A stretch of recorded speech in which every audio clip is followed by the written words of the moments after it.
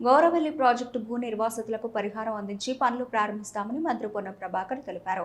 సిద్దిపేట జిల్లా హుస్నాబాద్లో నియోజకవర్గ స్థాయి ప్రజాపాలన ప్రగతి ప్రణాళిక కార్యక్రమంలో జిల్లా కలెక్టర్ హైమవతి అధికారులతో కలిసి మంత్రి పాల్గొన్నారు.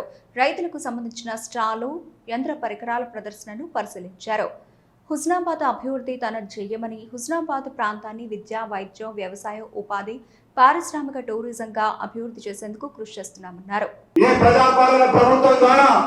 మరి కొన్ని ప్రణాళికలు తీసుకొని ముందుకు పోయే ప్రయత్నం చేస్తా ఉన్నా. పేమెంట్ జరగకపోయినా ఈ నెలలో తప్పకుండా పేమెంట్ జరిగితే వాళ్ళందరికీ గవర్నమెంట్కి సంబంధించి కాలువల ద్వారా నీళ్లు తీసుకొచ్చే కార్యక్రమాలను కొనసాగించడం జరుగుతోంది. మీరు ఎప్పుడైనా కూడా ఒక్కసారి కోయల మండలం తంగేలపల్లి ఇంటిగ్రేటర్ చూడండి ఏ విధంగా వేగంగా నిర్మాణం అవుతా ఉందో.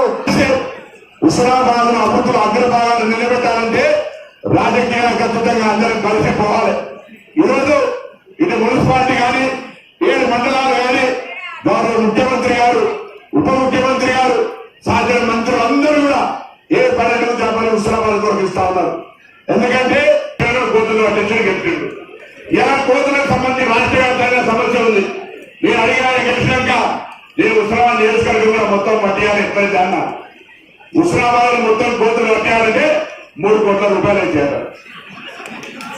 3 కోట్ల రూపాయలు అంటే ఇబ్బంది అయితే కాబట్టి సరే ఎట్లయినా సరే ప్రభుత్వం తరఫున ఎట్లా ఆలోచన చేద్దాం. మన హుస్నాబాద్ లో కోతుల పెద్ద లేకుండా చూసే ప్రయత్నం కూడా అందరూ సహకరిస్తే సాధ్యమైతే ఒక్కరి సమస్య కాదు, ఇది రాష్ట్రం మొత్తం ఉంది, అన్ని ఊళ్ళో ఉంది. దాంతో ఇబ్బంది పడతా ఉన్నారు. కొన్ని దానాల పాటు చూస్తే కోతులు మీద పడుతున్నాయి, ఉరుకుతే వాటి చనిపోయినటువంటి సంఘటనలు ఉన్నాయి. పంటలు చనిపోతా ఉన్నాయి, పంటలు వేసుకోవడానికి ఇబ్బంది అయితే ఉంది. కాబట్టి దాన్ని రక్షించుకోవడానికి ప్రయత్నం చేద్దామని కోరుతూ నేను మీ అందరినీ